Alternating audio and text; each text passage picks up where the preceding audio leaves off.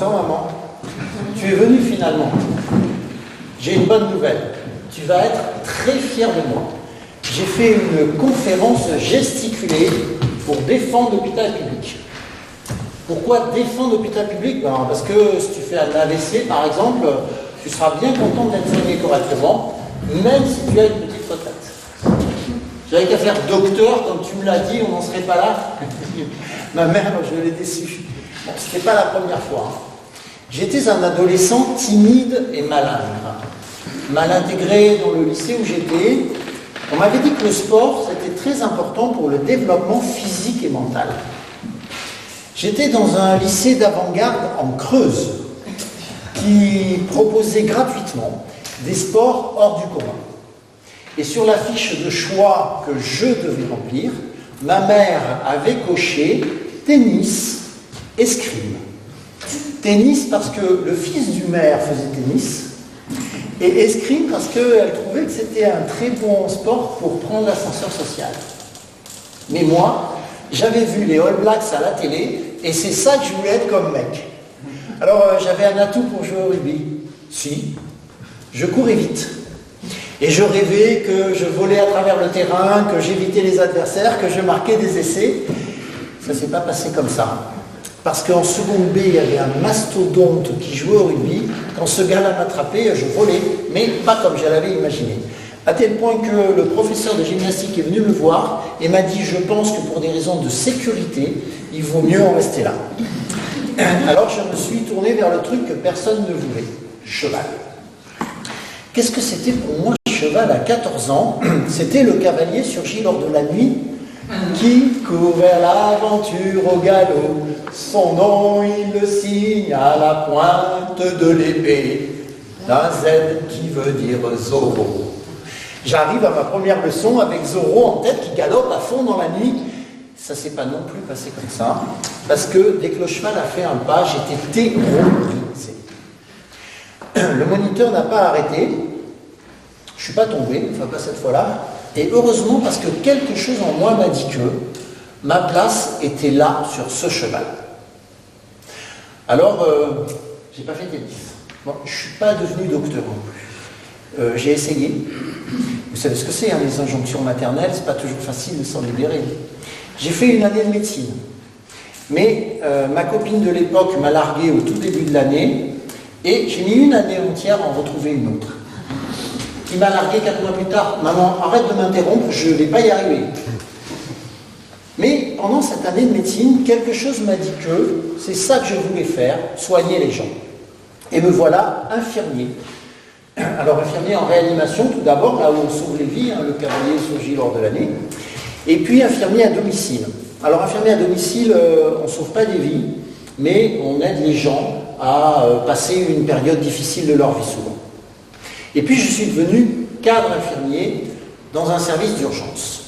Alors le cadre infirmier, il s'occupe de l'équipe paramédicale. Pas des médecins, mais des infirmiers, des aides-soignants et des ASH, agents de service hospitalier. C'est les gens qui s'occupent de l'entretien des locaux. Il organise leur emploi du temps pour qu'il y ait toujours assez de monde pour soigner les gens. Il organise les commandes pour qu'ils aient toujours assez de matériel pour travailler. Et puis, il est le lien entre la direction et l'équipe. Je vous le fais en temps réel. Allô Eric, c'est Louise à l'appareil. Dis donc, j'ai regardé l'emploi du temps du mois prochain. J'ai vu que je travaillais le week-end de Pâques. J'ai déjà fait celui de l'année dernière. Je ne vais pas tous les faire. Hein. Ok, je m'en occupe. Allô Eric, tu peux téléphoner à la gastro-entérologie s'il te plaît pour trouver une place pour Monsieur Durand qui attend depuis 48 heures dans le couloir des urgences. Ok, je m'en occupe. Allô Eric, c'est Sébastien à l'appareil. Dis donc, j'ai regardé l'emploi du temps du mois prochain. J'ai vu que je ne travaillais pas le week-end de Pâques. J'aimerais bien en faire un de temps en temps. J'ai besoin de fric. Ça m'arrange. Je m'en occupe. Allô Eric, tu n'as pas oublié la réunion du comité d'éthique de la semaine prochaine. Tu sais que la certification approche et qu'il est très important que cette réunion ait lieu. Non, j'avais pas oublié. Allô Eric, tu peux libérer une place au déchocage s'il te plaît. Le SMUR ramène un polytraumatisé et il faut absolument une place au déchocage immédiatement. D'accord, je m'en occupe. Allô Eric, tu peux faire un bond d'urgence s'il te plaît. Il n'y a plus de papier dans les toilettes du personnel. Voilà. En gros, c'est ça la vie du cadre infirmier. Et là, je suis en train de me faire engueuler par le fils de Monsieur Durand, qui attend depuis 48 heures, dans le couloir des urgences, une place en gastro-entérologie. Il m'explique que son père n'a pas eu son traitement ce matin comme c'était prévu. Il m'explique que son père n'a pas mangé chaud depuis 2 jours. Il m'explique que son père n'a pas dormi depuis 2 jours. Qu'il n'a pas eu accès aux toilettes parce que, comme il n'y a que 2 toilettes pour 60 malades, elles sont inaccessibles. Et surtout, que son père a passé ces 48 dernières heures dans une promiscuité intolérable. Il me crie dessus et me dit « Vous ne voyez pas que c'est le bordel, que c'est la cour des miracles dans votre hôpital ?» Un peu décontenancé par la véhémence du monsieur, je lui réponds que je suis d'accord sur 50% de son constat. Je suis d'accord, c'est le bordel. Mais là où je ne suis plus d'accord, c'est quand il me dit que c'est mon hôpital. Et qu'en tant que citoyen français, c'est aussi le sien l'hôpital. Et que si l'hôpital est dans cette situation, contrairement à ce qu'il pense, il n'y est pas pour rien. Le monsieur s'énerve et s'en va. Je débauche. Je me dis quand même, comment ça se fait que les urgences sont débordées à ce point-là? Tu sais pourquoi, toi, maman? Les gens viennent aux urgences pour rien. Alors, François Braun, qui a été ministre de la Santé, il a dit que c'était pas vrai, ça. Enfin, il disait que c'était pas vrai avant d'être ministre de la Santé. Les gens abusent du système. Et qui c'est qui t'a dit ça? BFM. Alors, maman, je t'ai déjà dit, BFM, il faut arrêter. Tu vas finir par le faire, cet AVC. Moi, j'ai choisi de travailler à l'hôpital public. Pourquoi? Parce qu'il est censé soigner tout le monde de la même manière. Le notable, le SDF, le riche, le pauvre, et mettre à la disposition de tous ces gens-là tous les moyens techniques et humains dont ils disposent. Il y a 20 ans, quand j'ai commencé à travailler dans ce service d'urgence qui a 16 places, on n'avait jamais plus de 16 malades à la fois. On pouvait s'occuper d'eux correctement. La tentative de suicide ou le polytraumatisé. On faisait des projets, on remettait nos pratiques en cause.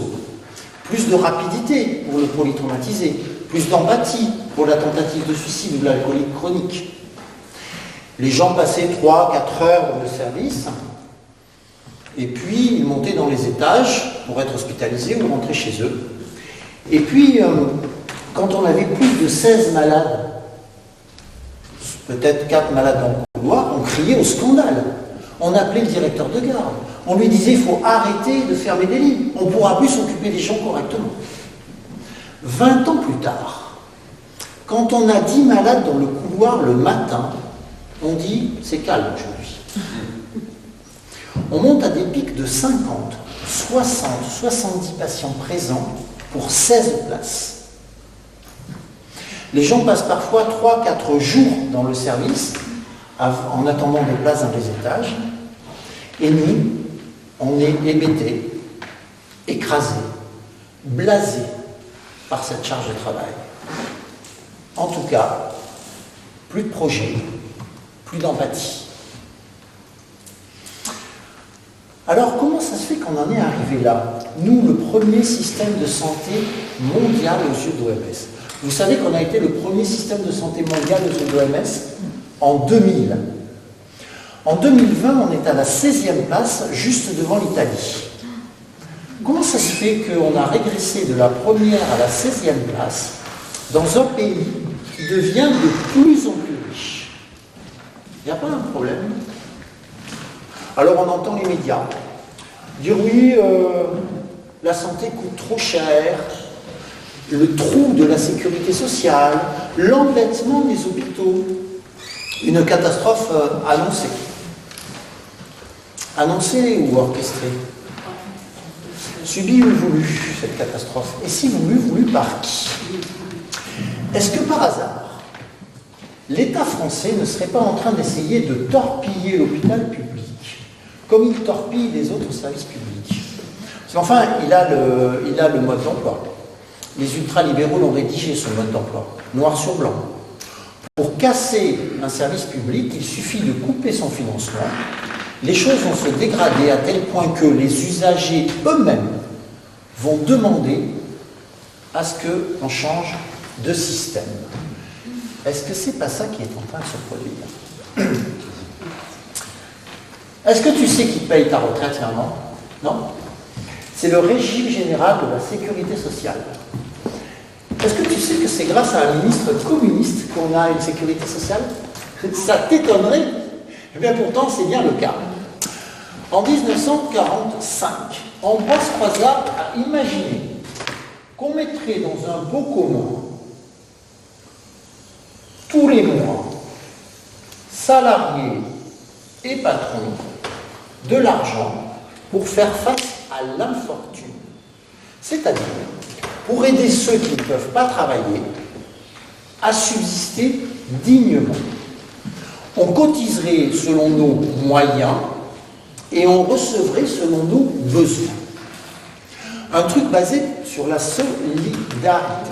Solidarité, un gros mot pour les États libéraux. Oui, eux, leur mot fétiche, c'est compétition, chacun pour soi. Alors, qu'est-ce qu'elle paye, cette sécurité sociale? Eh bien, si vous avez besoin d'aller chez votre médecin traitant, c'est dans ce pot commun qu'on prendra l'argent pour vous rembourser le prix de la visite. Si vous êtes hospitalisé, c'est dans ce pot commun qu'on prendra le coût de votre hospitalisation. Si vous êtes en arrêt maladie, c'est dans ce pot commun qu'on prendra l'argent pour vous donner votre salaire pendant que vous êtes en arrêt maladie. Elle va payer tout ce qui concerne les accidents du travail. Si vous fondez une famille, que vous avez besoin d'aide, c'est dans ce pot commun qu'on prendra les allocations familiales. Et puis, quand vous serez trop vieux pour travailler, c'est dans ce pot commun qu'on prendra votre salaire de retraité. Pas mal? Pas mal du tout comme système. Alors, combien ça représente d'argent, ça? Tous les mois, salariés et patrons, on met la moitié de notre salaire dans ce pot commun avant qu'on nous le donne. Avant le Covid, ça représentait 470 milliards d'euros par an, dont à peu près 200 milliards pour la santé. Qui gère cet argent? C'est là que ça se complique. Ambroise Croizat, en 1945, il a dit « c'est l'argent des salariés, donc ce sera des salariés qui vont le gérer ». De Gaulle n'a pas été d'accord. Ils sont tombés d'accord sur les gestionnaires de l'argent de la sécurité sociale seront pour 75% d'entre eux les salariés par l'intermédiaire des syndicats, 25% d'entre eux le patronat. L'État n'a jamais pu supporter ça et va tout mettre en œuvre pour récupérer la main sur l'argent de cette sécurité sociale. Comment, maman? En même temps, c'était pas raisonnable de laisser autant d'argent à gérer par des gens qui n'ont pas fait l'ENA. Pourtant, ils se débrouillaient bien avant que l'État ne leur mette des bâtons dans les roues. Premier coup de boutoir, 1967. L'État va dire 75-25, c'est pas bien équilibré ça. On va mettre en place la parité, 50-50. Bon, les gens vont dire, ouais, c'est bien, 50-50, c'est juste. Sauf que, comme il y a toujours un syndicat du côté des patrons, en ce moment, c'est un peu la CFDT, je vous la compare, les salariés vont perdre la majorité sur la gestion de l'argent de la sécurité sociale. Deuxième coup de boutoir, 1983. Pierre Bérégovoy, Premier ministre de François Mitterrand, qui se disait de gauche, va décider, pour faire plaisir aux patrons, qu'on n'augmentera plus les cotisations. Il va les bloquer. Il va décréter qu'on va bloquer les cotisations. Si la sécurité sociale a besoin d'argent, on trouvera une autre solution. 1996, troisième coup de boutoir, Alain Juppé invente la loi de financement de la sécurité sociale. À partir de cette année-là, c'est le gouvernement, par l'intermédiaire du Parlement, qui décide tous les ans de ce qu'on fait de l'argent de la sécurité sociale. Comment on le répartit? Plutôt sur la maladie? Plutôt sur la vieillesse? Plutôt sur les allocations familiales? À qui on le donne? Plutôt au public ou plutôt au privé? Parce qu'il y a un truc que les hôpitaux publics n'ont pas, ce sont des actionnaires. Vous savez, les actionnaires, ceux sur qui repose le capitalisme. 1996, c'est terminé. C'est le gouvernement qui décide de ce qu'on fait de l'argent de la sécurité sociale. 2008, crise financière. La sécurité sociale a besoin d'argent. On ne peut pas augmenter les cotisations puisque Bérégovoy a décidé qu'on les bloquait. L'État va dire à la sécurité sociale, empruntez sur les marchés financiers. C'est ce qu'elle va faire. Et depuis, on rembourse cet emprunt. La sécurité sociale rembourse cet emprunt. Capital et intérêt. 70 milliards. Nous en sommes à 70 milliards d'euros d'intérêts remboursés par la sécurité sociale. Pour que ce soit bien clair pour tout le monde, cet argent part directement de notre pot commun dans la poche des actionnaires des banques qui ont prêté à la sécurité sociale. Cet argent ne sert donc pas à payer des médecins, payer des infirmiers, payer des soignants, rénover les hôpitaux, bref, à nous soigner. Il y aurait eu des solutions beaucoup moins onéreuses. L'État a donc volontairement créé le trou de la sécurité sociale. Comment avant ? Il faut que j'arrête de dire du mal du gouvernement parce qu'il va aider les hôpitaux endettés. Et oui, parce que les hôpitaux sont endettés eux aussi, avec exactement le même système. 2006, l'État va dire il faudrait rénover les hôpitaux et il va faire comme avec la Sécu, il va leur dire emprunter directement sur les marchés financiers. Et puis l'État il va être assurant avec le directeur de l'hôpital. Vas-y Marcel, tu peux te lâcher, en ce moment les cours sont très bas et puis on t'a inventé un moyen de rémunérer les hôpitaux qui s'appelle la T2A, tarification à l'activité, ça va te rapporter un pognon de dingue. Marcel s'est lâché. Entre 2009 et 2012, l'endettement des hôpitaux est passé de 9 à 30 milliards d'euros. Et depuis, les hôpitaux remboursent ces emprunts. Il y a donc une partie de notre pot commun qui part directement dans la poche des actionnaires des banques qui ont prêté aux hôpitaux. Alors, il y en a qui ont tiré le signal d'alarme. En 2014, par exemple, le président de la Fédération hospitalière française dit que, écoutez bien, les sommes en cause et les risques pris par les établissements devant la carence des pouvoirs publics vont très rapidement hypothéquer les ressources à consacrer aux soins et par voie de conséquence diminuer leur qualité. Tout est dit. Carence des pouvoirs publics, ça veut dire qu'il y aurait eu d'autres solutions moins onéreuses. Les sommes en cause vont obliger les hôpitaux à soigner les gens moins bien. Personne ne pourra dire qu'il n'était pas au courant. Alors pour la petite histoire, le président de la Fédération hospitalière française en 2014 s'appelle Frédéric Valletoux. Ça vous dit quelque chose ce nom? Oui? Non? Oui? C'est notre ministre de la Santé actuel. Sous-ministre. Alors je l'ai entendu parler, le Frédéric Valletoux 2024 n'est plus du tout d'accord avec le Frédéric Valletoux 2014. Malheureusement, je n'arrive pas à retrouver qui est l'auteur de cette citation. Pour avoir de l'éthique en politique, il suffit de ne pas avoir de mémoire. Je l'aime bien. Mais l'histoire ne s'arrête pas là. Les directeurs d'hôpitaux, ils vont emprunter à une banque qui, classiquement, une banque privée, qui classiquement prêtait aux collectivités locales, qui s'appelle Dexia. Alors ils auraient dû se méfier, hein, parce que le patron de Dexia à l'époque, il s'appelle Pierre Richard. Et donc, Pierre Richard a eu la folie des grandeurs, et il a acheté des emprunts toxiques aux États-Unis juste avant la crise des subprimes, et il a coulé la banque. Je vous rassure, je vous sens inquiet là. Il n'a pas vraiment coulé la baraque parce que l'État français a donné 7 milliards à la banque privée Dexia pour la renflouer. Comment la banque? Ça n'aurait pas été juste de ne pas aider Dexia et pourquoi ça? On avait déjà aidé la Société Générale et le Crédit Lyonnais. Mais, et puis, ils ont dit sur BFM qu'on ne pouvait pas laisser une banque faire faillite parce que c'était trop risqué. Mais je croyais que les banquiers prenaient des risques, moi justement. Enfin, en tout cas, ces 7 milliards, ils auraient été plus utiles à l'hôpital. Et donc, il y a une part supplémentaire de notre pot commun qui part directement dans la poche des actionnaires, des banques qui ont prêté aux hôpitaux.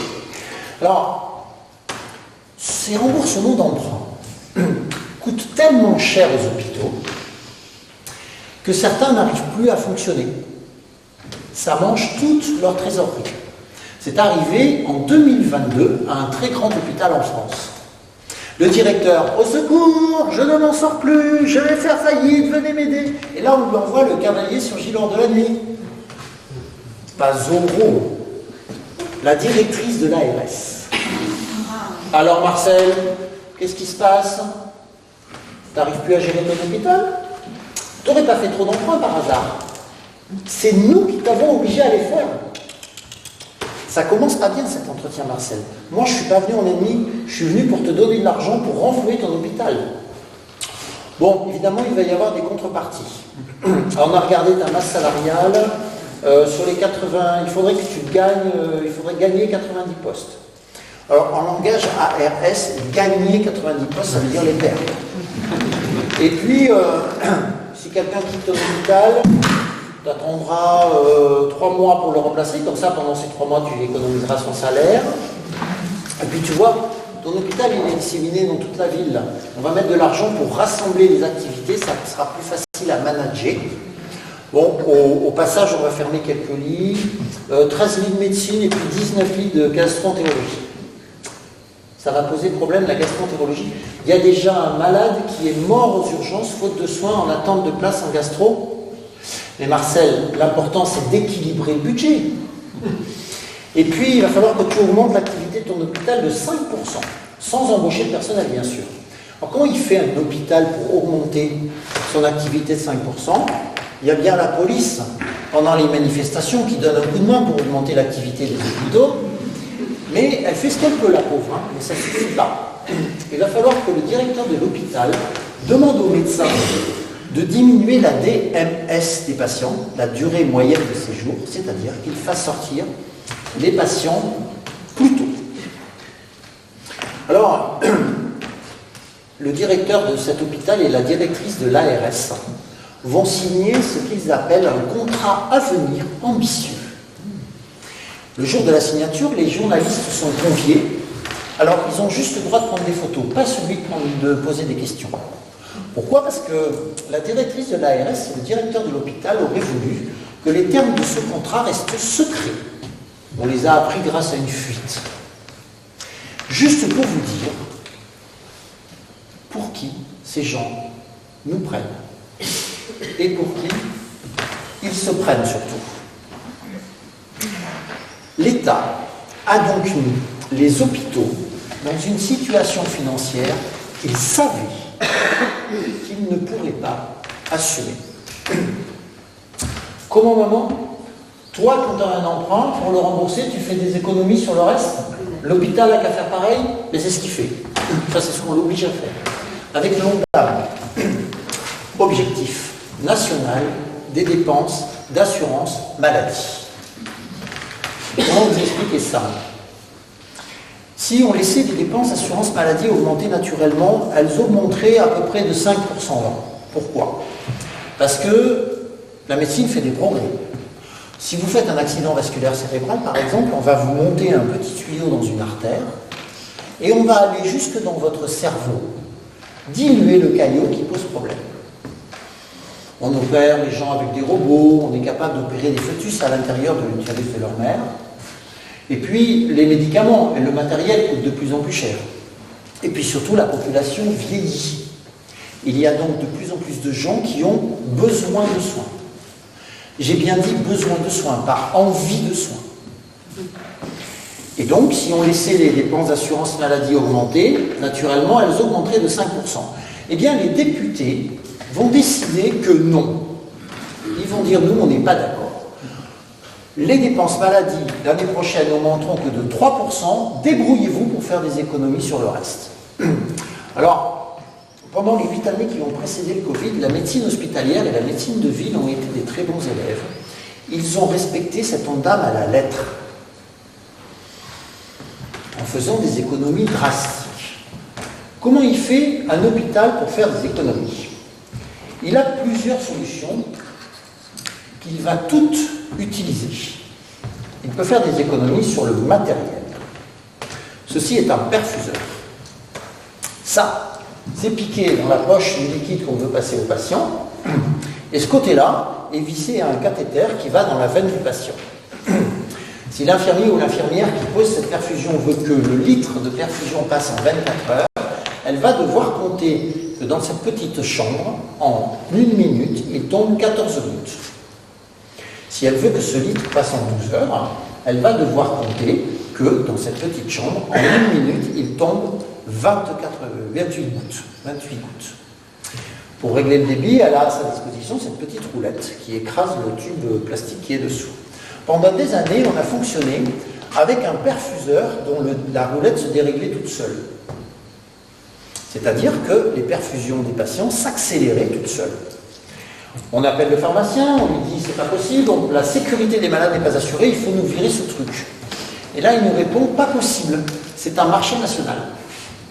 Il y a un hôpital qui choisit ce matériel, et tous les hôpitaux de France achètent le même pour avoir des prix très bas. Par contre, je peux t'envoyer le commercial si tu veux. Le commercial arrive, c'est quand même pas compliqué. L'infirmier ou l'infirmière qui a posé la perfusion, il n'a qu'à revenir 30 minutes plus tard, vérifier que le débit ne s'est pas déréglé, puis si c'est déréglé, ben, elle le règle. Puis après, il revient 1 heure plus tard, vérifier que le débit ne s'est pas déréglé, puis si c'est déréglé, elle le règle. Alors, une infirmière dans un service, elle va avoir à peu près 14 patients à sa charge, tous perfusés. Une infirmière dans un service d'urgence, en son après-midi, elle pose en moyenne 25 perfusions. Si il doit vérifier que les débits ne se dérèglent pas, on va devoir embaucher les gens pour ne faire que ça. Imaginez, Airbus veut faire des économies, ils achètent une pompe à huile qui lubrifie les moteurs de l'appareil en vol, qui se dérègle toute seule. Le commercial, c'est pas compliqué. Le pilote, il n'a qu'à quitter son poste de pilotage, venir vérifier que la pompe à huile ne se dérègle pas, et puis si elle se dérègle, il la règle. Vous y montez, vous, dans l'avion? Et puis, d'ailleurs, le patron et le commercial de la boîte qui ont fabriqué ce truc, est-ce qu'ils sont d'accord pour être perfusés par un perfuseur qui se dérègle tout seul? Pas sûr. Alors, l'hôpital, il peut faire des économies sur le matériel, mais il peut faire des économies aussi sur le personnel. Alors ça, il fait des économies beaucoup plus importantes parce que les frais de personnel, c'est 66% du budget d'un hôpital. Comment il fait pour faire des économies sur le personnel? À nouveau, il a 2 solutions qu'il va utiliser toutes les 2. Vous augmentez la charge de travail des gens qui sont là. Vous avez 2 techniciens. Vous doublez la charge de travail d'un des 2, vous virez le second, et comme ça, vous faites des économies sur le salaire. Et puis, il peut ne pas embaucher de soignants. Et pour ne pas embaucher de soignants, qu'est-ce qu'il faut qu'il fasse? Il faut qu'il ferme les lits. Qu'est-ce que ça donne en vrai, ça? Eh bien, vous avez des hôpitaux avec des ailes entières, avec des lits dedans, des chambres, des lits, avec la télévision, des tables et tout ce qu'il faut pour recevoir des patients. Mais comme ces lits sont fermés administrativement, on ne peut pas mettre de malades dedans. Et d'après vous, les malades qui n'ont plus accès à ces lits, ils sont où? Dans le couloir des urgences. Alors, Eric, est-ce que tu peux appeler l'oncologie, s'il te plaît? Il faut absolument que tu me trouves une chambre individuelle pour une dame en aplasie. Ok, j'en occupe. L'aplasie, effet secondaire de... Je vais s'en effet secondaire des... Ça va mieux là? Effet secondaire de la chimiothérapie. Chez certains patients, la chimiothérapie fait tomber tellement les défenses immunitaires qu'ils sont susceptibles d'attraper une infection qui passe par là, gravissime pour eux. Ces patients doivent être isolés. On doit les mettre dans une chambre individuelle où le personnel prendra des précautions vestimentaires et techniques pour éviter d'infecter ces patients. Alors il me dit, salut, c'est Eric à l'appareil. Dis donc, j'ai regardé sur la disponibilité des lits. J'ai vu que tu avais un lit vide ce soir. Il est réservé pour demain matin, mais malheureusement, je vais devoir le prendre parce que je viens de recevoir une dame en aplasie et je ne peux pas la garder dans le couloir des urgences. Et là, ma collègue me répond, je t'en supplie, ne me fais pas ça. Ce lit est réservé demain matin pour une jeune femme de 25 ans à qui on vient de repousser 2 fois la chimiothérapie. J'appelle le directeur de garde, il me dit, prenez le lit réservé, ça ne me pose pas de problème moral. Eh bien, moi, ça m'en pose un de problème moral. Comment je me retrouve, moi, à avoir à choisir à qui je fais perdre des chances de survie? À la dame en aplasie ou à la jeune femme de 25 ans? Mesdames et messieurs les députés, je voudrais vous rappeler que quand dans le confort de votre Assemblée nationale, d'un trait de plume, vous décidez que l'ONDAM n'augmentera pas de 5, mais de 3%, vous êtes personnellement responsable de la perte de chance de survie de la dame en aplasie ou de la jeune femme de 25 ans, juste au cas où vous l'auriez perdu de vue. Comment, maman? Toi, si tu as besoin d'être hospitalisé, tu iras dans le privé. Oui, enfin, ça coûte plus cher. À la télé, ils ont dit que c'était pas vrai. Là, il y a quand même les déplacements d'honoraires. Et puis, encore faut-il que le privé t'accepte à ton âge. Non, je suis désolé. Lui, il n'est pas obligé. Oui, parce que les hôpitaux publics ont une concurrence. En France, on a à peu près 1300 établissements de santé publics.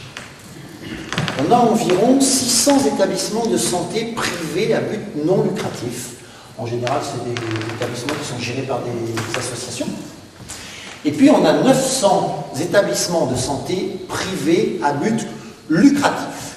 C'est écrit dans le titre, le but, c'est de faire de l'argent. Alors, comment ils fonctionnent, ces établissements de santé privés à but lucratif? Ils ont des actionnaires qui investissent dans l'activité de l'établissement et qui demandent donc un retour sur investissement. Classiquement, les actionnaires de ces établissements étaient plutôt les médecins qui y travaillaient, mais maintenant, c'est de plus en plus des fonds de placement, type Elsan, qui mettent une pression de dingue aux soignants pour que leur investissement leur rapporte de plus en plus. Il y a donc une partie de notre pot commun qui part directement dans la poche des actionnaires des groupes de placement qui ont investi dans des établissements privés à but lucratif. Comment ils sont rémunérés? Ils sont rémunérés sur notre pot commun par le même intermédiaire que les hôpitaux publics, par l'intermédiaire de la T2A, tarification à l'activité. Alors, quand on nous a vendu ce truc, on nous a dit, plus vous serez, jusqu'à maintenant vous avez des autorisations de dépenses, mais il y a des dérives, plus vous allez être bien organisé, mieux vous allez travailler, plus vous aurez d'argent, et vous aurez beaucoup d'argent. Moins vous serez bien organisé, moins vous travaillerez bien, moins vous aurez d'argent. Nous, on a dit, bah ouais, on pensait qu'on était bien organisé, on a dit, bah ouais, on va avoir beaucoup d'argent. Il y a des médecins qui ont senti le vent venir. Ils ont dit, avant la T2A, on prodigue des soins. Après la T2A, on produit des soins. Les soignants sont devenus des producteurs de soins. La T2A a industrialisé le soin et a fait rentrer une notion de rentabilité dans le soin. La T2A va trier les activités entre activités rentables et activités non rentables. Qu'est-ce qui est rentable? Qu'est-ce qui est rentable? C'est tout ce qui va vite. L'ambulatoire, par exemple. C'est super rentable, l'ambulatoire. Hein. Vous rentrez le matin, vous êtes opéré dans la journée, vous ressortez le soir, pas besoin d'acheter du personnel pour vous surveiller la nuit. C'est impeccable. 64% de l'activité ambulatoire est réalisée par les établissements privés à but lucratif. Qu'est-ce qui n'est pas rentable? Maladies du grand âge, les maladies chroniques, les très grosses pathologies qui demandent beaucoup de matériel extrêmement coûteux pour être traitées, L'urgence vitale, c'est pas rentable l'urgence vitale, c'est d'ailleurs pour cette raison que le privé n'en fait pas. Si vous avez besoin qu'on vous pose une prothèse de hanche, l'établissement qui va vous opérer va toucher 5 800 € pour vous opérer et vous soigner pendant un laps de temps qui va entre 1 et 10 jours. Si vous dépassez ces 10 jours, vous allez coûter de l'argent à l'établissement. Par contre, si vous sortez au bout de 4 jours et que vous êtes remplacé par un patient qui va à son tour rapporter 5 800 €, qui va sortir au bout de 4 jours, qui va être remplacé par un patient qui va à son tour rapporter 5 800 €, là où un établissement aura perdu de l'argent, l'autre aura gagné 3 fois 5 800 €. Vous avez 75 ans. Vous faites du vélo tous les jours, vous êtes super autonome, vous avez votre voiture, vous vous déplacez, vous partez en vacances, vous habitez en ville avec votre épouse. Il y a toutes les chances pour que vous ne restiez pas plus de 4 jours. Vous avez 75 ans, vous êtes obèse, diabétique, insuffisant cardiaque, vous vous déplacez très difficilement et vous habitez tout seul au fin fond de la campagne, il y a toutes les chances pour que vous restiez plus de 12 jours. L'établissement privé va avoir intérêt à opérer la première personne et pas la seconde, et il va pouvoir le faire. Pourquoi ? Parce que lui, il n'est pas obligé, comme les établissements publics, d'accepter tous les patients qui se présentent à lui. Il peut envoyer vers le public tout ce qu'il considère comme non rentable.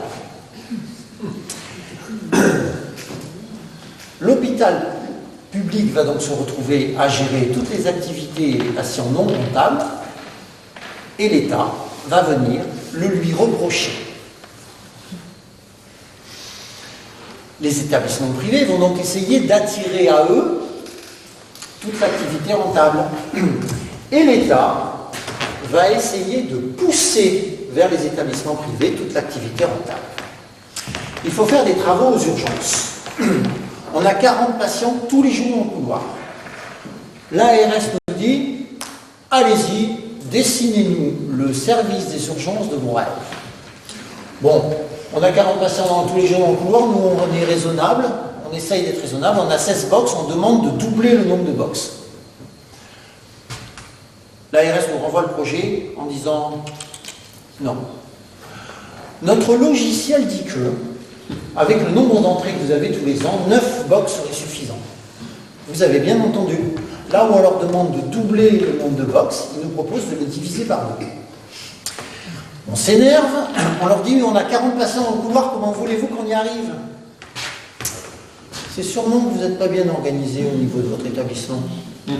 Notre logiciel dit que, avec le nombre d'entrées, 9 box seraient suffisants.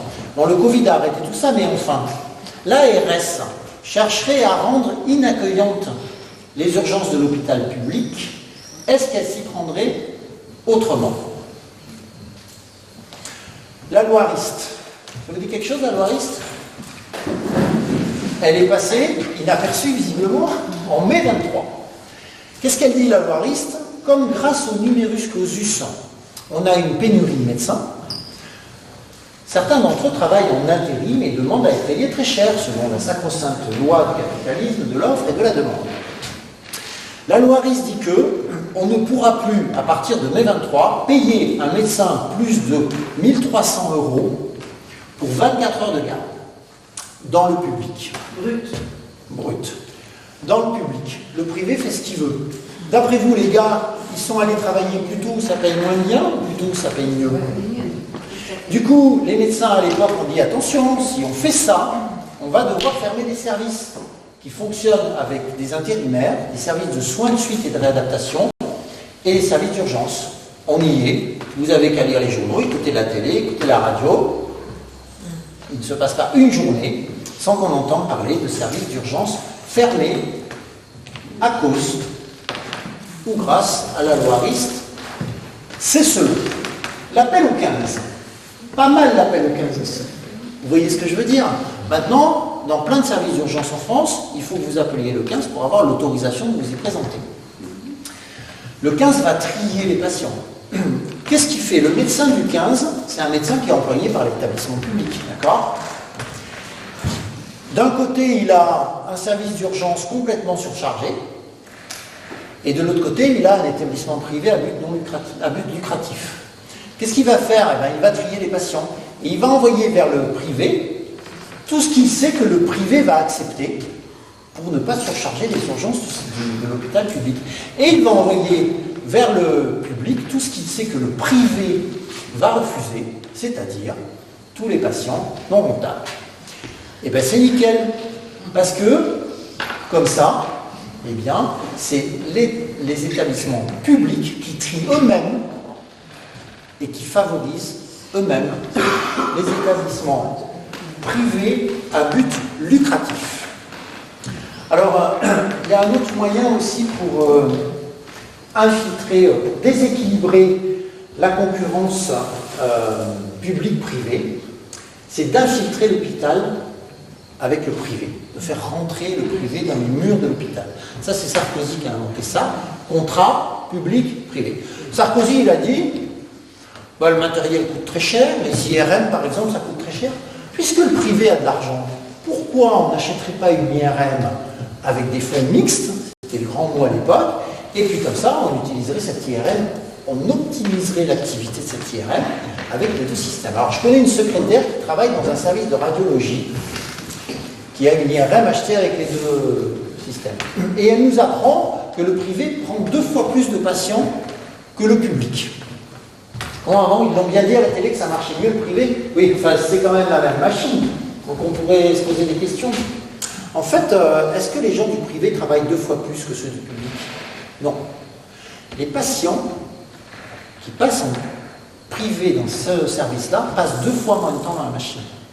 Si vous y allez en privé, vous allez passer 6 minutes dans la machine. Si vous y allez en public, vous allez passer 15 minutes dans la machine. Oui, mais alors les résultats, 2 fois moins précis. C'est-à-dire que les médecins de ce service-là préfèrent passer à côté d'un diagnostic, prendre le risque de passer à côté d'un diagnostic pour passer 2 fois plus de malades. S'il fallait une preuve que la recherche de rentabilité et le soin, ça ne va pas ensemble, là voilà. Sauf que les patients, ils ne savent pas que les résultats sont 2 fois moins précis. Qu'est-ce qu'ils voient, eux? Ils voient que ça va 2 fois plus vite. Et du coup, quand il y a quelqu'un de leur famille ou de leur entourage qui aura besoin d'un IRM, qu'est-ce qu'ils vont faire? Ils vont dire, allez dans le privé, ça va bien mieux. Donc, on peut infiltrer l'hôpital du public-privé. Et puis, il y a un truc qui est pas mal aussi, qui est très très intéressant pour infiltrer l'hôpital d'idéologie ultralibérale, c'est le cabinet conseil. Ça vous dit quelque chose? McKinsey, Capgemini? Il y a eu un truc avec Macron, on ne sait pas combien il a donné à McKinsey, on sait combien il a donné d'argent, on ne sait pas pourquoi il a donné. Alors, Capgemini, ils sont super fiers. Pour eux, il y a un véritable succès chez eux, c'est qu'ils ont renfloué l'hôpital de Nancy. 170 lits fermés, 600 postes supprimés. Pour eux, c'est un vrai succès, hein. Ils sont super fiers. Alors, c'est pour ça que le directeur de l'ARS du Grand Est a été viré. Ah, je pars tout de suite après, vous allez voir.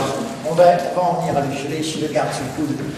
Et donc, le cabinet conseil, donc Capgemini, ils sont super fiers de ce truc. Alors, 2 solutions. Soit les 170 lits servaient à rien, et cet hôpital était dirigé par des gens qui sont complètement en dehors des réalités, qui sont tout le temps nommés par l'État.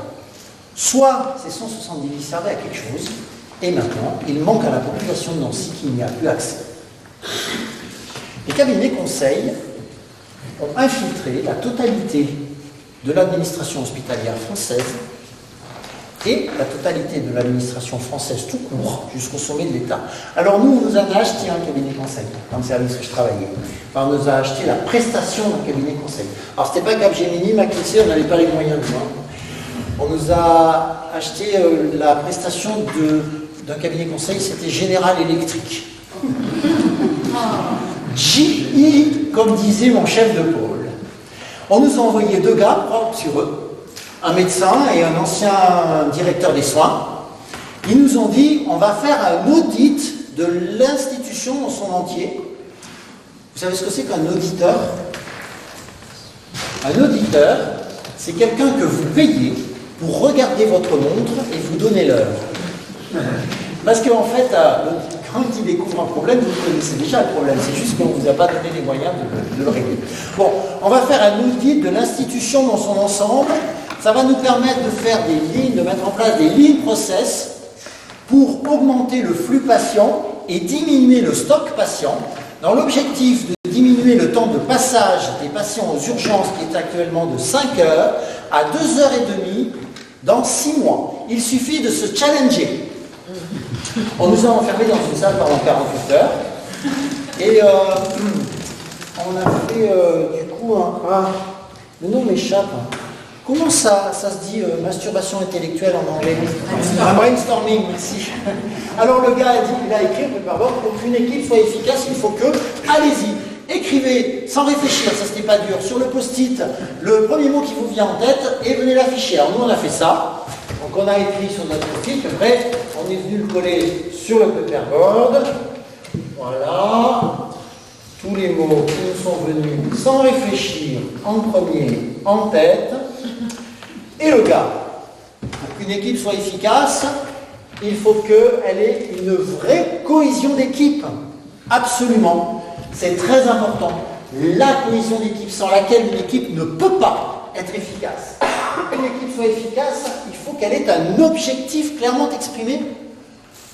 C'est très bien, je vois que vous avez déjà réfléchi à la situation. Effectivement, sans un objectif clair, une équipe ne peut pas être efficace. Pour qu'une équipe soit efficace, il faut qu'elle ait un team manager reconnu. Mais c'est tout à fait ça, le team manager sur les épaules duquel repose la cohésion d'équipe et donc son efficacité. Pour qu'une équipe soit efficace, il faut qu'elle soit corporate. Mais c'est ça, une équipe à fond dans les objectifs de l'institution. Je sens qu'on va très bien travailler avec ce groupe. Vous êtes déjà dans l'esprit du new management. Et enfin, pour qu'une équipe soit efficace, il faut qu'elle soit assez nombreuse. Qui est-ce qui a écrit ça? Eric. Eric, excuse-moi, hein. Je suis désolé. Hein. Il va falloir que tu demandes à ta direction de t'offrir un coaching. Oui, parce que tu comprends, le critère de nombre pour l'efficacité d'une équipe, c'est has-been, c'est un peu ringard, je ne juge pas. 7 heures. 6 mois plus tard, on était à 7 heures de temps de passage des patients aux urgences. Je vous rassure, je vous sens inquiet de nouveau. Ils ont été payés quand même. Mais parce qu'eux, ils ne sont pas obligés d'atteindre leurs objectifs. 11,8 millions d'euros. Les hôpitaux de Lyon ont laissé 11,8 millions d'euros en cabinet conseil qui sont partis donc directement de notre pot commun dans la poche des actionnaires des cabinets conseils. J'ai lu hier, vite fait, un article sur la Cour des comptes est en train de dire, attention, là, on est en train de dériver, tous les établissements ont un réflexe de dire, eh bien, on a recours à un cabinet conseil. Plus personne ne se pose la question de savoir si c'est utile ou pas. Mais ça nous coûte un pognon d'âne de notre pot commun, ça. D'accord? Donc, ils vont, avec les cabinets conseils, infiltrer l'hôpital d'idéologie ultra-libérale et de recherche de rentabilité. Aloïc, tu peux libérer une place au déchocage, s'il te plaît. Le SMUR nous amène un défenestré. Un jeune homme a sauté par la fenêtre pour mettre fin à ses jours. Il est polytraumatisé. Le SAMU a envoyé un médecin du SMUR auprès de lui. Et ce médecin va ramener ce patient. Je vais aller informer l'équipe, mais elle n'a pas besoin de moi. Hein. Tout est organisé. La banque du sang, c'est que elle va devoir donner des culots sanguins pour transfuser ce patient en urgence. Peut-être que le sang est déjà dans la salle d'accueil des urgences vitales. Le réanimateur qui va essayer de stabiliser ce patient est déjà dans la salle d'accueil des urgences vitales, en train de préparer le matériel avec l'équipe paramédicale pour être efficace à la seconde près. Le scanner, c'est que quand le réanimateur va avoir stabilisé le patient, il va devoir libérer une plage immédiatement pour faire le bilan des lésions. Le bloc opératoire, c'est que Quand le scanner aura fait le bilan des lésions, il va devoir mettre à la disposition de ce patient une salle avec une équipe opérationnelle pour l'opérer. L'opérer de quoi d'ailleurs? S'il a un traumatisme crânien opérable, le neurochirurgien interviendra immédiatement. Le chirurgien viscéral est au courant, le chirurgien thoraco-vasculaire est au courant. Toute une chaîne humaine de gens passionnés est organisée pour tenter de sauver la vie de ce jeune homme qui a voulu y mettre fin. Allô Eric, tu peux venir s'il te plaît, il faut qu'on aille voir les parents qui dit choc, c'est terminé.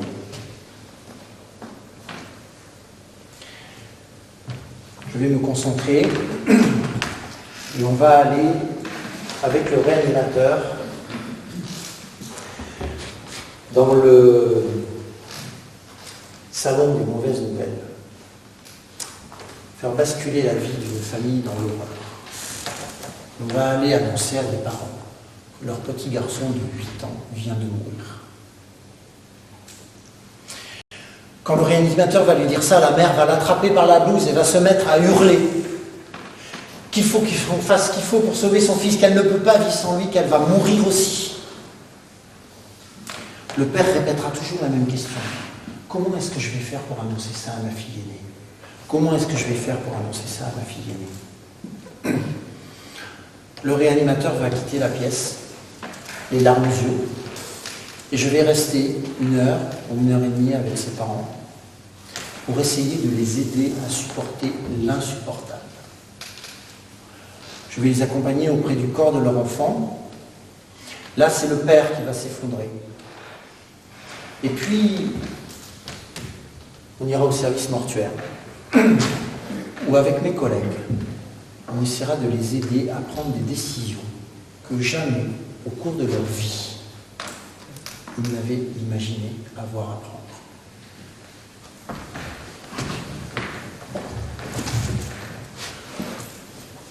Monsieur le directeur, monsieur le ministre, mesdames et messieurs les députés, votre rentabilité, nous n'en avons que faire. Nous, on est là pour soigner les gens, pas pour chercher des profits. Ça ne va pas ensemble. Monsieur le directeur, monsieur le ministre, mesdames et messieurs les députés, je suis sûr que vous vous posez cette question. Toute cette chaîne humaine de gens passionnés, organisés pour sauver la vie de ce jeune homme qui a voulu y mettre fin. Est-ce que c'est bien rentable? Est-ce que ça ne coûte pas trop cher? Monsieur le directeur, cette heure que je viens de passer auprès de cette famille à essayer de les aider à supporter l'insupportable, est-ce qu'elle sera valorisée dans le bilan financier de mon unité fonctionnelle dont vous allez venir nous rebattre les oreilles chaque année? La recherche de rentabilité tue l'hôpital et donc tue les gens. Je ne m'énerve pas, maman, j'explique aux gens. Où est-ce que j'en étais, moi, d'ailleurs? Ah oui. Asphyxier la sécurité sociale en lui faisant faire des emprunts sur le marché financier. Asphyxier les hôpitaux en leur faisant faire des emprunts sur les marchés financiers. Diminuer leurs recettes avec l'ONDAM. Déséquilibrer la concurrence publique-privée. Infiltrer l'hôpital d'idéologie libérale. Je pense que c'est pas mal, on est bien sur la voie de la destruction de l'hôpital public, là. Il suffit de faire accepter les choses. Comment ils vont s'y prendre pour faire accepter les choses? Ils vont effectivement surfer sur l'idéologie ultralibérale qu'ils ont infiltrée, instillée dans chacun de nos cerveaux. Je discute avec un médecin des urgences, il m'explique qu'ils sont complètement débordés de travail, qu'ils n'y arrivent plus, qu'ils frôlent le burn-out. Je lui dis, mais mettez-vous en grève. Alors il me dit, non, on ne peut pas parce que le chef de service ne veut pas. Ok, vous ne mettez pas en grève parce que le patron ne veut pas. Je lui dis, je pense qu'il y a une autre raison. C'était juste 8 jours après les élections de Sarkozy. Je lui dis, je pense que si tu te mets en grève, tu seras en contradiction avec le bulletin de vote que tu as mis la semaine dernière dans l'urne. Et là, le gars me répond un truc incroyable. Il me répond, ça n'a rien à voir, c'est de la politique. Ce gars est inconscient que le bulletin de vote qu'il met dans l'urne ou pas a une conséquence directe sur son activité professionnelle. J'habite à lotissement. Mon voisin de gauche est à droite. Mon voisin de droite est plutôt à gauche. L'ARS veut fermer l'hôpital local. Avec mon voisin de droite qui est à gauche, on va manifester et on y trouve mon voisin de gauche qui vote à droite. On lui demande ce qu'il fout là, puisque voter à droite, ça veut dire demander la mort de l'hôpital public. Et là, il nous répond un truc incroyable lui aussi. Il nous répond, ça n'a rien à voir, c'est des fonctionnaires de l'ARS qui font n'importe quoi. Ce gars aussi est inconscient que le bulletin de vote qu'il met dans l'urne a des conséquences directes sur sa vie à lui. Macron se promène dans un hôpital pour expliquer que tout va bien, qu'il va tout organiser, qu'il va tout arranger. Il tombe sur un neurologue résistant. Le gars lui dit, Monsieur le Président, il y a eu le feu à Notre-Dame, vous avez fait ce qu'il fallait pour réparer Notre-Dame, il y a le feu à l'hôpital public, il faut faire la même chose. Macron l'enfume pendant 2 minutes, sans jeu de mots, il y en a un quand même, et dit à ce neurologue, je sais que je peux vous faire confiance. Là, le neurologue lui répond, ouais, vous pouvez me faire confiance, mais moi, par contre, je ne suis pas sûr que je puisse vous faire confiance. Un résistant, ce neurologue. Eh bien, je l'entends parler le lendemain sur un plateau télé. Il explique que la fermeture de lits nuit à l'activité de l'hôpital. Vous voyez comment, dans sa tête de résistant, la gestion de l'hôpital public comme une entreprise est quand même là présente. Parce que la fermeture de lits, ce n'est pas à l'activité de l'hôpital que ça nuit, c'est à la population qui est dehors et qui n'a plus accès à ces lits. Donc, ils vont surfer sur l'idéologie ultralibérale qu'ils ont instillée dans chacun de nos esprits. Ils vont cultiver la division. Bon, ça, c'est pas très dur, parce que les populations, les professions soignantes, on est des populations assez divisées. La médecine hospitalière et la médecine de ville. La médecine hospitalière, oui, les médecins de ville ne jouent plus le jeu. Ils ne veulent plus s'occuper des gens comme il faut. D'ailleurs, à ce propos, tout le monde a un médecin traitant dans cette salle. Qui n'a pas de médecin traitant? D'accord? 6 millions de Français. C'est un choix.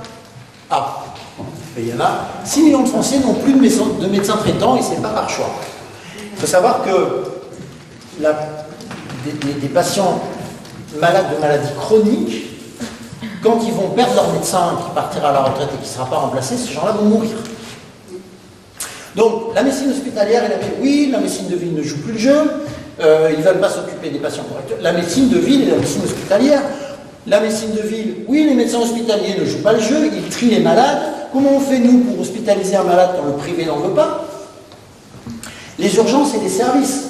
Les urgences, oui, les services ne jouent plus le jeu, il n'y a que le programmé qui compte, et du coup, nous, on ne peut pas avoir accès au lit, et donc les patients stagnent dans les couloirs.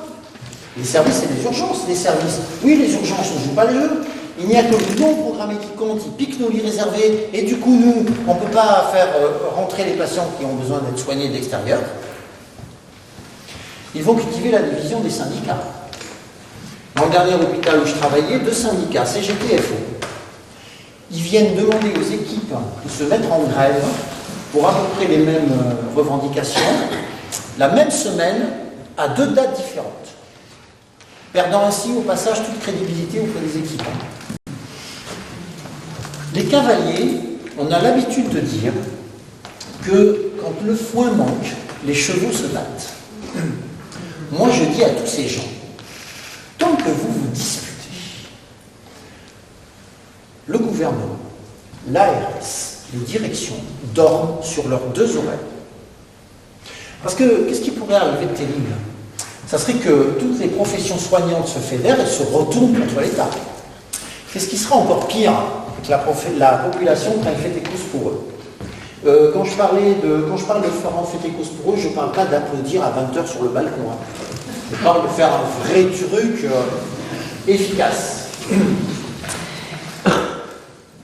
Et puis, il y a un truc qu'il faut soigner particulièrement pour faire accepter les choses, c'est la communication.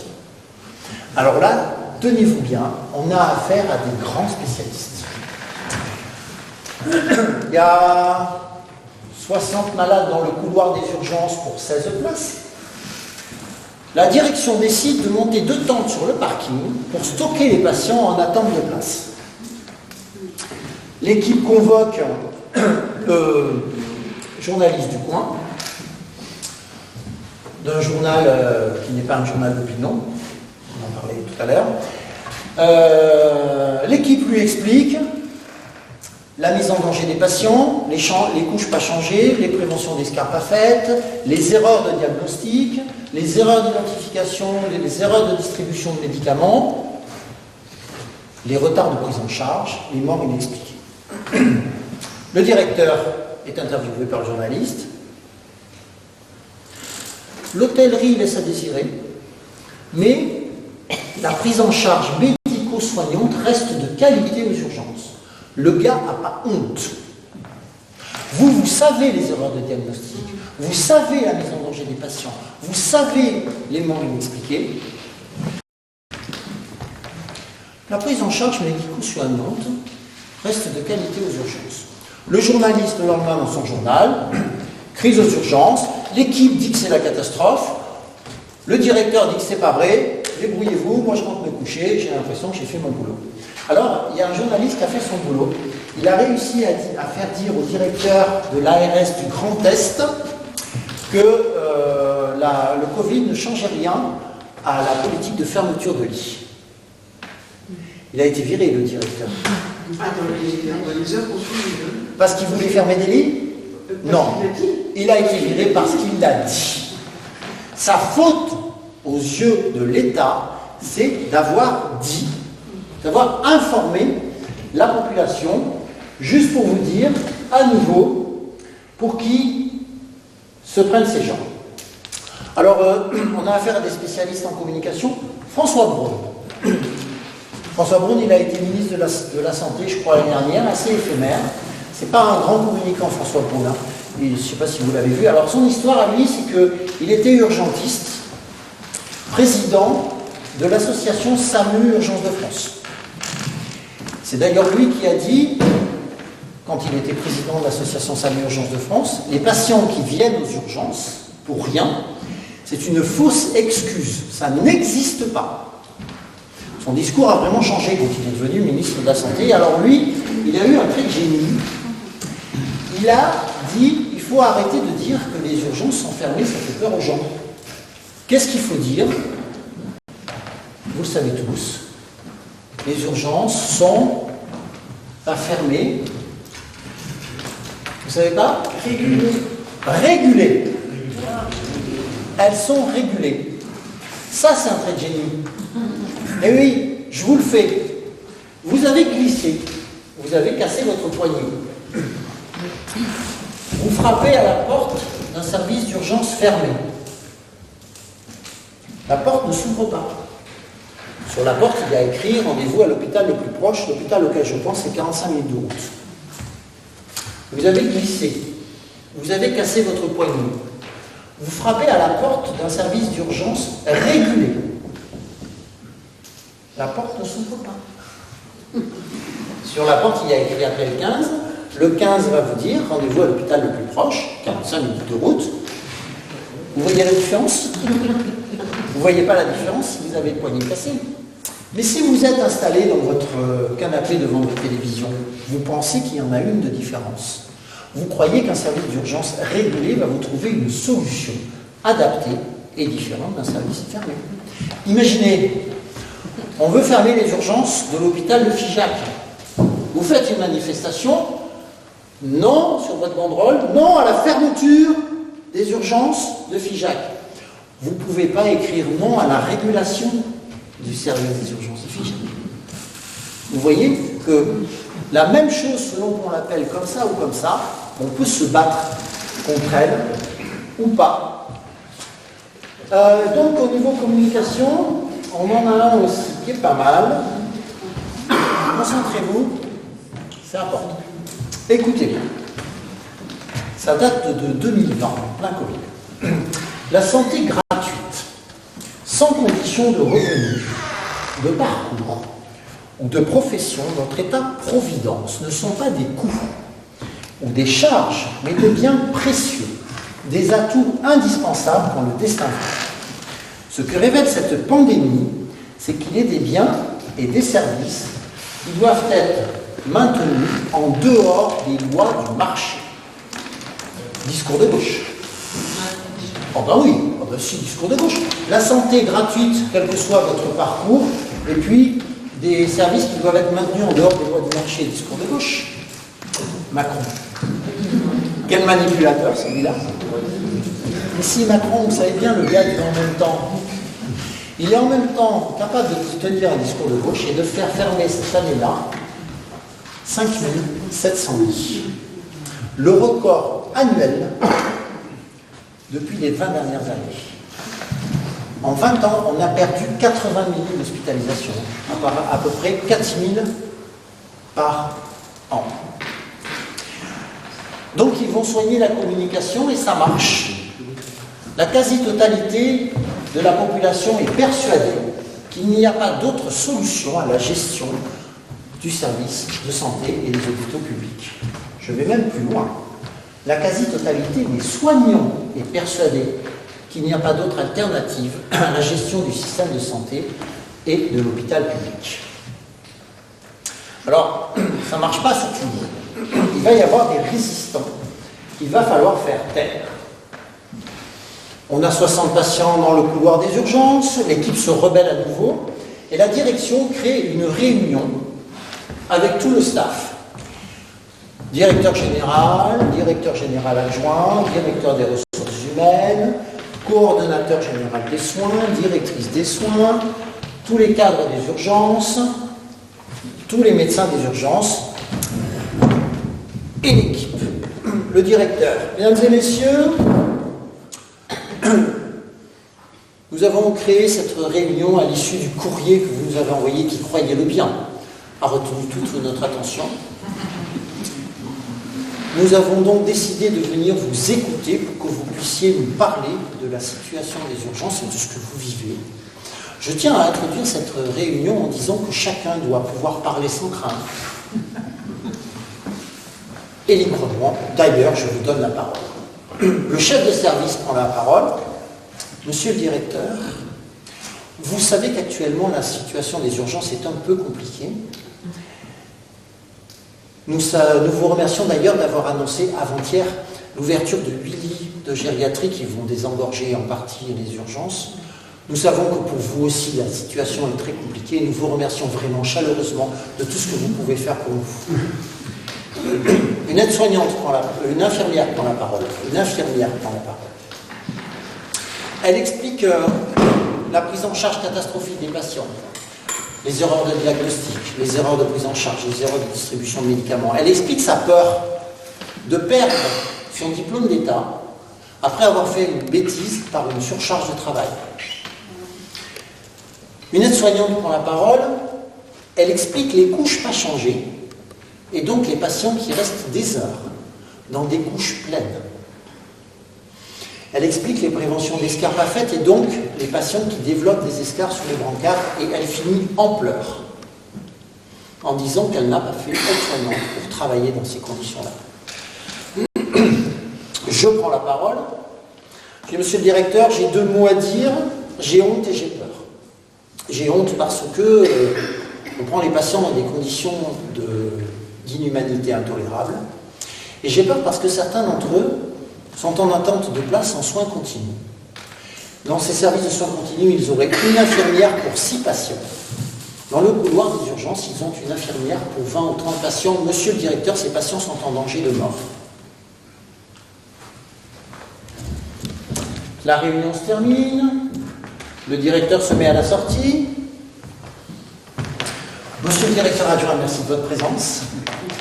Monsieur le coordonnateur des soins, merci de votre présence. Madame la directrice des soins, merci de votre présence. Il me voit arriver, il retire sa main.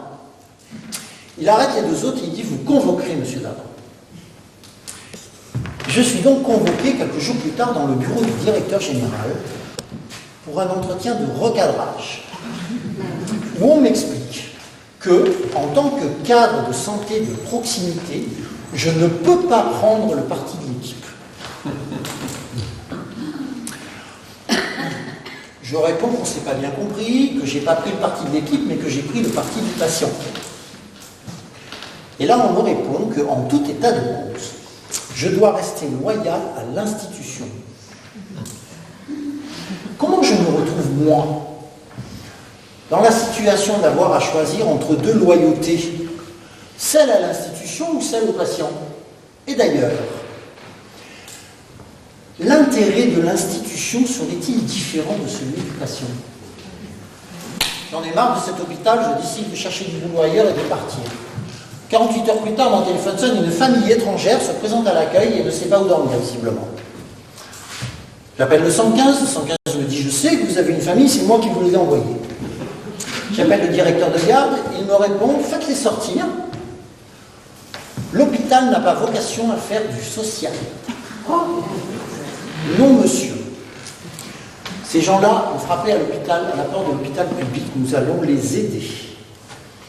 Je vais envoyer quelqu'un chercher des couches pour changer les enfants, je vais leur donner à manger, je vais les coucher dans un coin, et demain, je vais les confier à notre assistante sociale qui, je le sais, mettra tout en œuvre pour leur trouver une solution. Si vous voulez les faire sortir, venez vous-même. Il n'est pas venu. J'en ai marre de cet hôpital, je décide de rester. Parce que plus on sera nombreux à prendre la défense des patients contre l'institution, mieux ça vaudra. Comment, maman? Le service d'urgence à côté de chez toi va justement fermer le week-end. Ils n'ont plus de soignants. Ça ne m'étonne pas. Hein. Ils sont en train de dégrader depuis 30 ans les conditions de travail et plus personne ne veut faire ses boulots. C'est pas ça le problème? Les jeunes ne veulent plus travailler. Émilie est infirmière en chirurgie. Cet après-midi-là, elle a commencé son poste à 13h30. Elle va le finir à 21h30. Elle aura sous sa responsabilité 14 patients. Et pour faire ça, elle aura pour l'aider 2 collègues aides-soignantes. Sur ces 14 patients, 4 d'entre eux ont été opérés il y a quelques jours et ont encore besoin de soins. 5 d'entre eux vont sortir en fin de matinée ou en début d'après-midi et ils seront remplacés par un patient qui vient des urgences avec une jambe fracturée et 4 patients qui vont venir de l'extérieur par le bureau des admissions pour être opérés le lendemain. Les 5 derniers ont été opérés aujourd'hui et vont revenir petit à petit dans le service après leur séjour en salle de réveil. Sur les 4 patients qui sont là depuis longtemps, depuis quelques jours, Émilie va avoir à mettre en place des thérapeutiques prescrites par les médecins. Sur les 5 patients, celui qui vient des urgences, et les 4 qui viennent par les admissions, Émilie va devoir constituer un dossier. Comment ils s'appellent? Quel est leur nom? Quel est leur prénom? Leur date de naissance? Où est-ce qu'ils habitent? Quelle est leur situation familiale? Est-ce qu'ils sont allergiques à quelque chose? Pour quelle raison est-ce qu'ils rentrent? Quelle est l'intervention qu'on doit leur faire? De quel côté est-ce qu'on doit les opérer? Émilie va devoir sécuriser le dossier pour éviter un accident. Sur les 5 patients qui reviennent du bloc opératoire, Émilie va devoir vérifier, surveiller leurs paramètres vitaux pour vérifier qu'ils ne font pas un accident après l'intervention et surtout après l'anesthésie. Et vérifier qu'ils se réveillent correctement et que les suites opératoires sont correctes. Émilie et ses 2 collègues ont la vie de ces gens entre leurs mains. Émilie, infirmière en chirurgie, bonjour. Non madame, votre époux n'est pas encore revenu du bloc opératoire. Rappelez-moi dans 1 heure. Émilie, infirmière en chirurgie, bonjour, les urgences. Tu veux monter le malade? Ben non, tu ne peux pas, le ménage n'est pas fait. Je te rappellerai quand je pourrai. Pourquoi le ménage n'est pas fait? Avant, Émilie, elle avait un ASH, agent de service hospitalier, qui faisait le ménage, qui était affecté à son service. Elle aurait pu lui taper sur l'épaule en disant on commence par la chambre numéro 20, parce que les urgences ont besoin de libérer le brancard pour prendre quelqu'un d'autre de l'extérieur. Mais Capgemini est passé par là, et du coup, Émilie, elle a perdu son ASH. Ils sont maintenant rassemblés dans une équipe centralisée qui va attendre que les 5 chambres qui doivent se libérer ce jour-là soient libres pour pouvoir faire le ménage d'un seul coup. Émilie, infirmière en chirurgie, bonjour. Les admissions, tu veux envoyer un patient? Oui, ben, le ménage n'est pas fait, mais tu peux l'envoyer, je vais le mettre dans une salle d'attente. Émilie, infirmière en chirurgie, bonjour. Le bloc opératoire, tu veux renvoyer un patient, il n'y a pas de souci, tu peux le renvoyer, je vais m'en occuper. Émilie, infirmière en chirurgie, bonjour. Les urgences, ben non, j'ai déjà dit que je ne pouvais pas le prendre, et je t'appellerai quand je pourrai. Ah, une aide-soignante t'appelle parce qu'elle a besoin d'aide. Un des malades qui est rentré du bloc ce matin a mouillé son drap. Et Émilie, l'aide-soignante ne peut pas la changer toute seule, il faut qu'Émilie aille l'aider pour le retourner sans lui faire mal. La deuxième aide-soignante appelle Émilie, il y a un malade qui a du sang dans son drap. Ah oui, elle appelle l'interne qui prescrit une transfusion. Émilie, infirmière en chirurgie, bonjour. Oui, monsieur, votre épouse est rentrée du bloc opératoire. J'ai pas encore eu le temps d'aller la voir. Je m'en occuperai tout à l'heure. Émilie, infirmière en chirurgie. Bonjour, les admissions, tu veux envoyer un deuxième malade. Il n'y a pas de souci, je vais le mettre dans la salle d'attente. Émilie, infirmière en chirurgie. Bonjour, les urgences. Ça fait déjà 3 fois que je dis que je ne peux pas le prendre. En plus, je vais avoir une transfusion. Le sang arrive. Émilie doit se concentrer 5 minutes parce qu'il faut qu'elle vérifie que le groupe sanguin du culot globulaire correspond exactement à Émilie, infirmière en chirurgie. Bonjour. Les pharmacies, la morphine, ma collègue du matin a oublié d'aller chercher la morphine. Dès que j'ai 5 minutes, je vais venir la chercher. Émilie, infirmière en chirurgie, bonjour, le bloc opératoire, tu veux renvoyer un autre malade? Oui, mais vas-y, enfin, je vais avoir une transfusion, envoie-le. Donc elle doit se concentrer parce que si le culot sanguin n'est pas du même groupe que celui du patient, il va faire un accident transfusionnel. Et quand elle va avoir posé cette transfusion, elle va devoir rester 15 minutes auprès du patient pour vérifier qu'il ne fait pas un accident transfusionnel. Elle a oublié l'antibiotique du 16. Vite, elle court à la salle de soins préparer la perfusion. Elle va à la chambre numéro 16 poser la perfusion. Oh non, la perfusion de base est encore passée 2 fois plus vite que prévu. Encore ce maudit perfuseur qui s'est déréglé tout seul. Émilie sort, elle entend du bruit, les urgences ne pouvaient plus attendre, ils appellent le malade. Elle a un malade des urgences pas vu, un malade du bloc opératoire pas vu, 2 malades des... Émilie va finir son poste à 21h30, épuisée. Elle est contente parce que demain, on est mercredi. Elle a demandé à Corinne de venir la remplacer. Parce que mercredi dernier, elle a dû revenir sur son jour de repos pour remplacer une collègue malade. Le week-end dernier, elle a travaillé. Et du coup, ses parents, ils ont amené son fils à la mer. Mardi prochain, elle sera de nuit. Donc mercredi prochain, elle va dormir. Donc demain, Corinne viendra la remplacer. Elle pourra aller acheter des croissants et prendre le petit déjeuner au lit comme son fils aime bien faire. Émilie débauche, elle monte dans sa voiture, elle allume la radio. Macron dit que les 35 heures, il n'y a plus qu'à l'hôpital qu'elles sont en vigueur et qu'il va falloir remettre ça en cause, puisque c'est à cause de ça que l'hôpital est désorganisé. Elle récupère son fils chez sa mère, elle le couche, elle se couche, elle éteint la lumière. Est-ce qu'elle a bien rangé la morphine? Elle se revoit aller à la pharmacie chercher la morphine, la poser sur la paillasse, mais pas la mettre dans le coffre-fort. Elle envoie un SMS à sa collègue de nuit qui lui répond immédiatement: oui, tu as bien rangé la morphine. Elle éteint la lumière à nouveau. Est-ce qu'elle a bien rempli le dossier transfusionnel du patient? Elle finit par s'endormir. C'est le téléphone qui la réveille. Il est 6 h du matin. La cadre de nuit l'appelle et lui demande de revenir travailler parce que Corinne est malade et donc ne peut pas assurer son poste. Émilie va accepter. Pourquoi elle va accepter? Parce que c'est comme ça. Elle est infirmière. Elle a un contrat moral avec l'hôpital et les patients. Et puis, si elle ne revient pas travailler, sa collègue de nuit qui vient de faire 10 heures ne pourra pas débaucher et va devoir continuer à s'occuper des patients. Elle appelle sa mère qui va venir regarder son fils. Elle monte dans sa voiture, elle allume la radio. Un député de Macron dit que les 35 heures, il n'y a plus qu'à l'hôpital qu'elles sont en vigueur. Il va falloir remettre ça en cause, parce que c'est à cause de ça que l'hôpital est désorganisé. Elle se rend à son travail, elle assume son poste. En fin de matinée, elle va croiser sa cadre de santé qui va la remercier 10 fois d'avoir accepté de revenir travailler. Et puis pendant qu'elle la tient, elle va lui demander si elle peut rester 1 heure ou 1 heure et demie après la débauche pour participer à une réunion sur la qualité de vie au travail.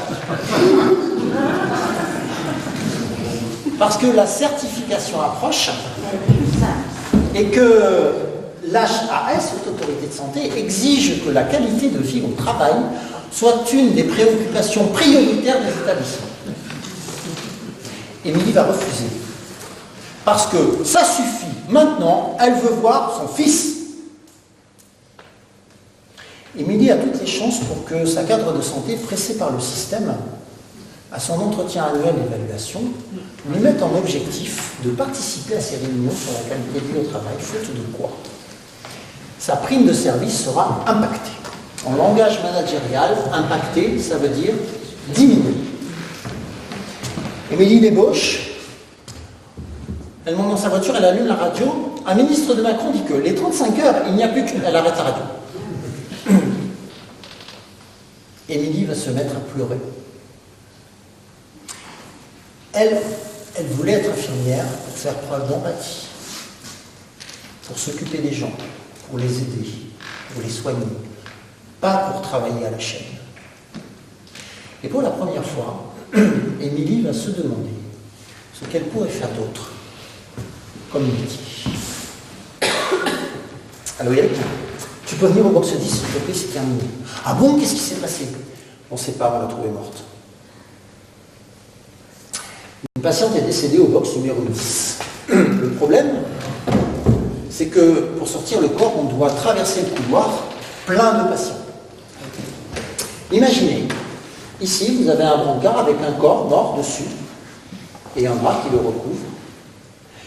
Et pour le sortir, je dois passer au milieu de vous. Bon, là vous êtes en train de regarder une conférence gesticulée. Vous commencez à vous demander, est-ce qu'il y aura vraiment un pot de l'amitié à la fin? Si vous êtes nu, sous votre chemise d'hôpital, en train d'attendre les résultats de votre scanner pour savoir si vous avez le cancer ou non, vous avez un rapport à la mort très légèrement différent. Alors on l'a déguisée en vivante. On a descendu le drap jusque-là, on a remonté le dossier du brancard et on lui a mis un masque à oxygène, avec un ballon dessous gonflé par un obus, et on a traversé le couloir en priant pour que personne ne se rende compte qu'elle ne respirait plus. Vous vous rendez compte? L'exact contraire de ce que l'on m'a appris pendant mes études d'infirmier. Et l'exact contraire de ce qu'il y a écrit dans le protocole institutionnel gestion du décès à l'hôpital, où on nous apprend que la personne décédée reste une personne humaine qui a droit au plus profond respect. Tout à l'heure, la cadre de santé d'Émilie était inquiète parce que la certification approchait. Qu'est-ce que c'est que cette certification? Tous les 4 ans, l'HAS va envoyer dans les établissements publics et privés des soignants en exercice qu'on appelle des experts visiteurs. Ils vont venir vérifier que les directives de l'HAS sont bien respectées dans les établissements. J'ai un copain qui est médecin à Limoges qui a dit « Le bateau coule et on nous demande si la vaisselle est bien faite ». C'est exactement ça. Je me suis fait engueuler par un expert visiteur au prétexte que mon brancardier a fait une erreur, une faute de confidentialité très grave. Il a monté un patient dans l'ascenseur et là il a posé son dossier et on pouvait lire le nom sur l'étiquette. Il n'a pas mis sur l'instant. Et donc il vient de dire que c'est très grave. Le gars n'a pas honte lui non plus. Le patient il était au milieu de 40 autres dans le couloir. Si ça se trouve, son professeur de piano est là-bas. Et on vient me prendre la tête parce que le brancardier a fait une erreur de confidentialité. C'est à vous rendre fou, d'accord? Autre petit exemple que j'ai pris, je l'avoue, pas tout à fait au hasard. Le patient bénéficie du respect de son intimité et de sa dignité. Ben ouais. Monsieur Durand est en train d'uriner devant tout le monde. La jeune femme répond qu'effectivement elle a la diarrhée depuis 8 jours, je ne vois pas où la dignité et l'intimité des patients ne seraient pas respectées. Le pire, c'est que l'expert visiteur il va venir vous reprocher ça. Surcharge de travail. Travailler en dehors de ses valeurs soignantes. Pression mise par la certification et le management. On voudrait que le personnel soignant jette l'éponge. Est-ce qu'on s'y prendrait autrement? Et ça marche. 30% des élèves infirmiers qui rentrent à l'école arrêtent avant la fin des 3 ans d'études. 10% d'entre eux n'ont pas de diplôme. 30% des nouveaux infirmiers arrêtent dans les 5 premières années de leur exercice professionnel. Pour les aides-soignants, les chiffres sont un peu moindres, mais assez importants aussi. Et bien ça, c'est nickel pour le gouvernement. Le gouvernement, nous, on voudrait bien arrêter de fermer des lits, voire même en rouvrir, mais ma pauvre dame, on ne trouve plus de soignants. Il n'y a même plus de médecins. C'est quand même fou. Alors, qu'est-ce que ça donne au niveau des soins? Ben là, je ne vais rien vous apprendre. Vous avez besoin d'un ophtalmo, vous l'aurez dans un an. Au moins. Gynécologue, 6 mois. Il n'y en a plus. Pour ceux qui ont la chance d'avoir un médecin traitant, il est inquiet parce que il a peur que vous ayez le cancer du côlon. Du coup, vous avez besoin d'une coloscopie en urgence. Vous l'aurez dans 3 mois, en espérant que le cancer attende un peu, qu'il soit conscient que le système de santé français, c'est compliqué. Vous avez besoin d'aller aux urgences, vous allez devoir appeler le 15. Si vous avez la chance qu'on vous accepte, vous allez être entassé dans un couloir, vous allez peut-être y mourir. En décembre 2022, enquête de la société, de l'association SAMU Urgences de France, en décembre 2022, 150 morts inexpliqués dans les services d'urgence en France, en un an. Et encore, c'est que ceux qui ont été déclarés. Eh bien, je crois que là, c'est pas mal. On est bien dans les conditions pour que les usagers demandent à ce qu'on change de système. Alors, vous allez me dire, il n'y a pas des résistances quand même? Alors si, il y en a eu. J'en citerai 2. L'équipe des urgences de Grenoble s'est mise en grève parce qu'ils ont eu 3 morts inexpliquées en très peu de temps. Et la dernière, c'est une patiente de 46 ans qui était depuis 2 jours en attente de place en psychiatrie qu'ils ont trouvée morte sur les toilettes, à 46 ans. Donc ils se sont mis en grève. La grève a duré 6 mois. Tout le monde s'en fout parce que comme il y a un service minimum, les soins sont faits comme si de rien n'était. Alors, il y a eu une résistance assez intéressante à Limoges, justement. Sur les 500 médecins qui sont employés au CHU, il y en a 100 d'entre eux qui ont viré les experts visiteurs. À la certification, ils ont dit, vous dégagez.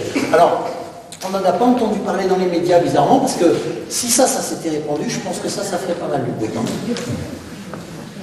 Voilà, donc il y a eu quelques résistances. Et puis, sinon, quand vous vous mettez en grève dans le milieu soignant, ça ne dérange personne, donc...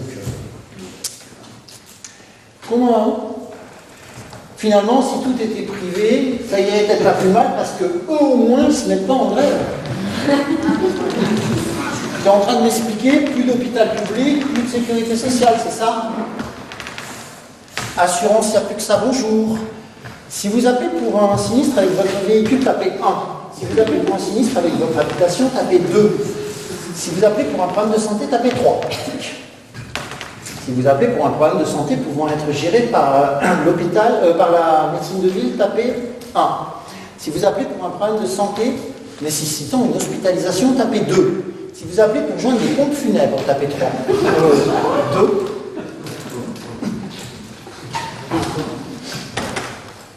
Boléro de Ravel.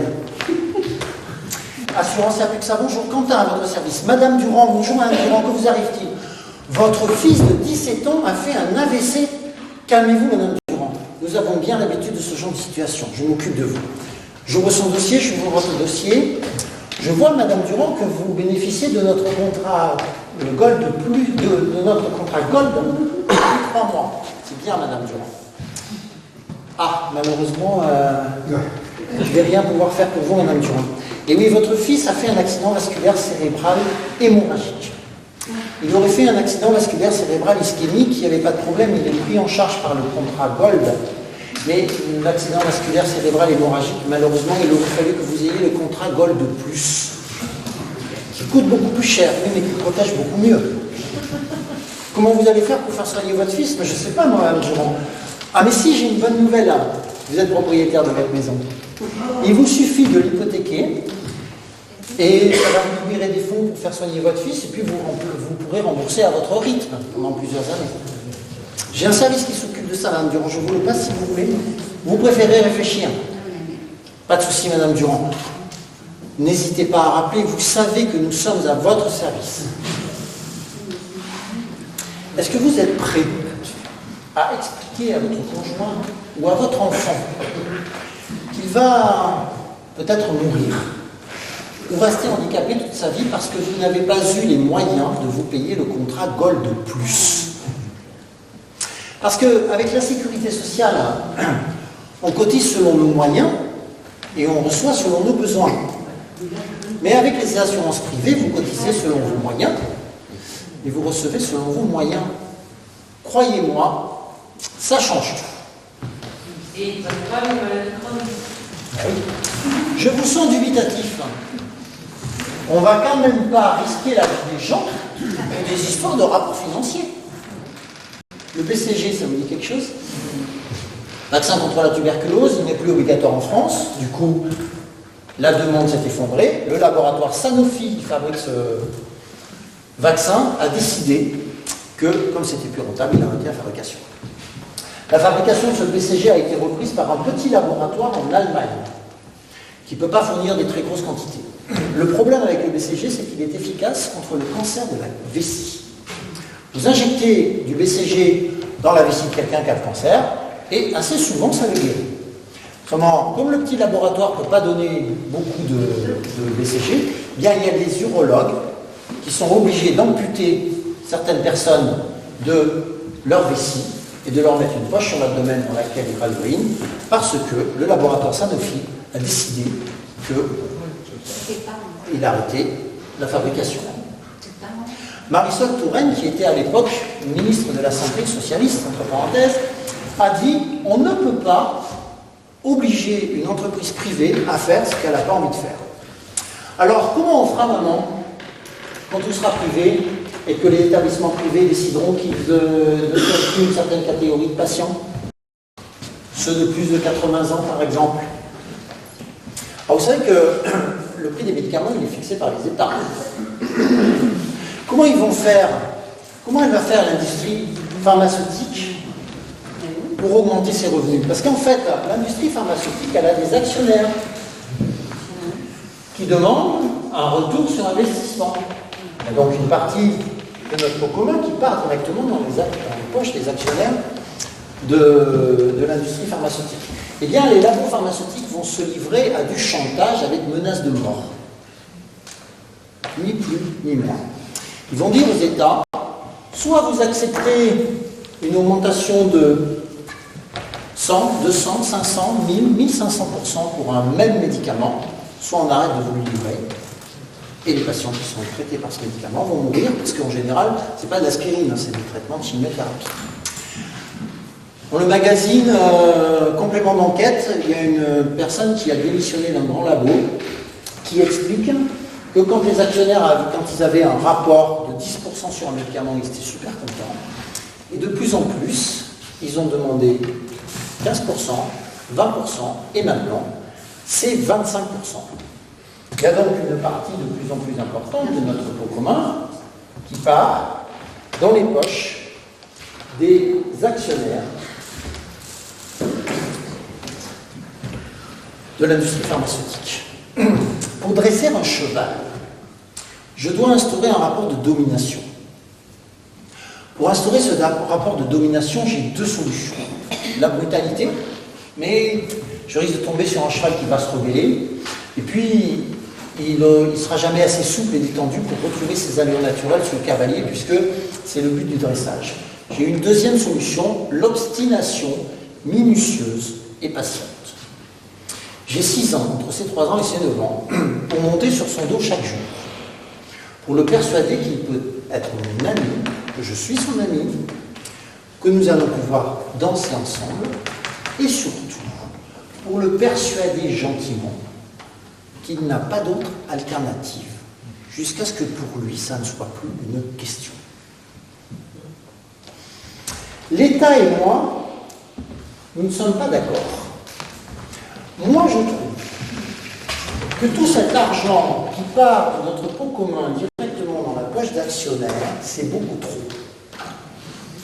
L'État, lui, trouve que tout cet argent qui ne part pas dans la poche d'actionnaires, c'est beaucoup trop, et il va continuer de grignoter notre pot commun jusqu'à la mort de l'hôpital public et de la sécurité sociale, soyez-en persuadés. Alors, On entend les médias dire ah ben oui, mais la santé coûte trop cher. Le trou de la sécurité sociale, l'endettement des hôpitaux, l'hôpital au bord de l'explosion. Non, l'hôpital ne va pas exploser.